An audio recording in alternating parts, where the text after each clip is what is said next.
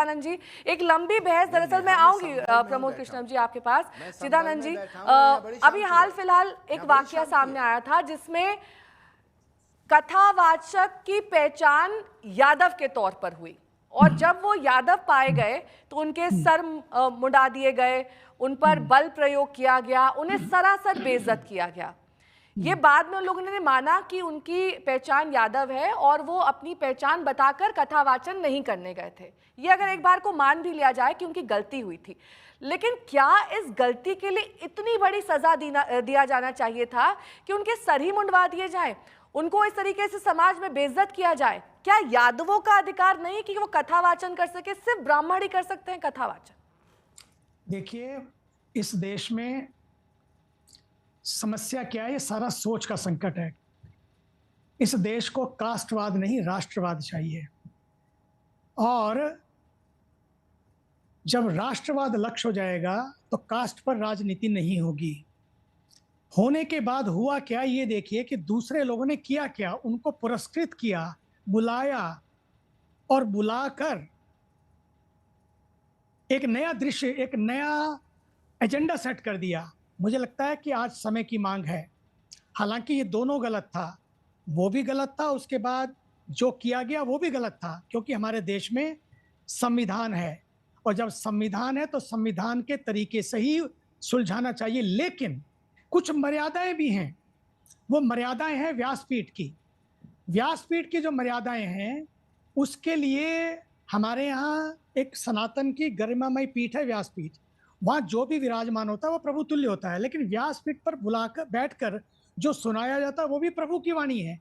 और व्यासपीठ सनातन संस्कृति की गौरवशाली पीठिका भी है, कोई साधारण आसन नहीं है। उसकी अपनी मर्यादाएं हैं, उसके अपने नियम हैं, और उस नियमों को पालन करने वाला जो व्यक्ति है उसको उस मर्यादाओं को पालन करना पड़ता है। चाहे कोई आचार्य हो, वक्ता हो, वो सब प्रभु के प्रतिनिधि होते हैं।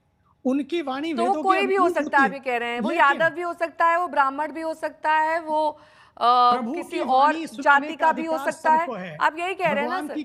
भगवान की कथा सब कर सकते हैं, लेकिन जब आप व्यासपीठ पर बैठते हैं उसकी कुछ मर्यादाएं हैं। उन मर्यादाओं का, उन नियमों का, उन पवित्रताओं का पालन करना भी जरूरी होता है, और उसके लिए पूरी दीक्षा होती है, उसके लिए शिक्षा होती है। उन सबको पालन करते हुए जब आप करते हैं तब आप फिर देखेंगे कि उनके मुख से जो वचन निकलते हैं वो सीधे सीधे लोगों को असर करते हैं। फिर आप वो मजाकिया वातावरण, नचनिया वातावरण नहीं पैदा कर सकते आप लोग। मैं एक क्लोजिंग रिमार्क प्रमोद कृष्णम जी से भी लेना चाहूंगी, वक्त की थोड़ी सी कमी है।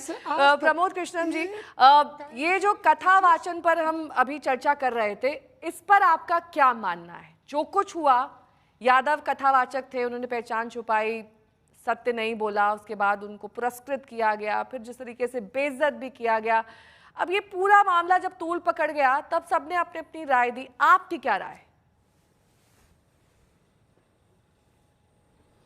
और देखिए नेहा जी, पहली बात तो ये है कि जब नाम छुपा करके दुकान खोलना गलत है तो नाम छुपा करके कथा करना भी उचित नहीं ठहराया जा सकता। ये गंभीर प्रश्न है।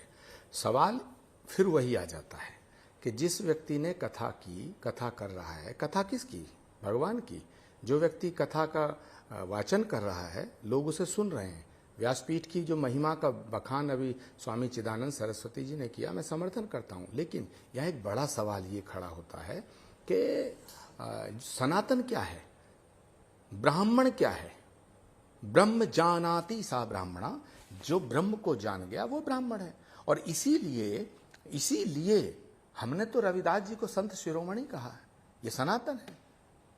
वाल्मीकि को महर्षि वाल्मीकि कहा, महर्षि कहा गया है।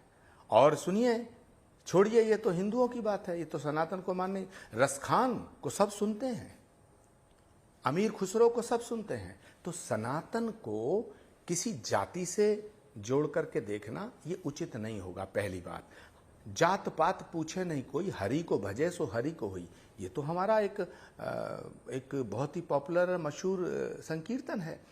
लेकिन अब सवाल यहाँ उठता है कि जो विवाद इटावा में या कहीं पैदा हुआ वो क्यों हुआ?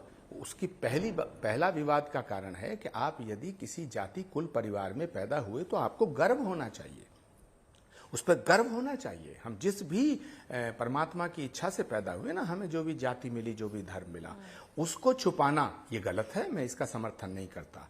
रहा दूसरा प्रश्न कि भाई जिस तरह अभी आपने कहा कि भाई उसकी वो काटी गई, उसके खिलाफ वो हुआ, ये गलत है, ये भी गलत है। उसके साथ जो व्यवहार हुआ वो उतना वो क्रूरता, वो कानून का विषय है, वो होना चाहिए। मगर जाति का नाम लेकर के या कोई ये कहे कि ये कथा कहने का अधिकार इन्हीं को है, हमने कह दिया आपको कि ये हमारा शास्त्र कहता है कि जो ब्रह्म का बोध जिसे है वो ब्राह्मण माना जाएगा।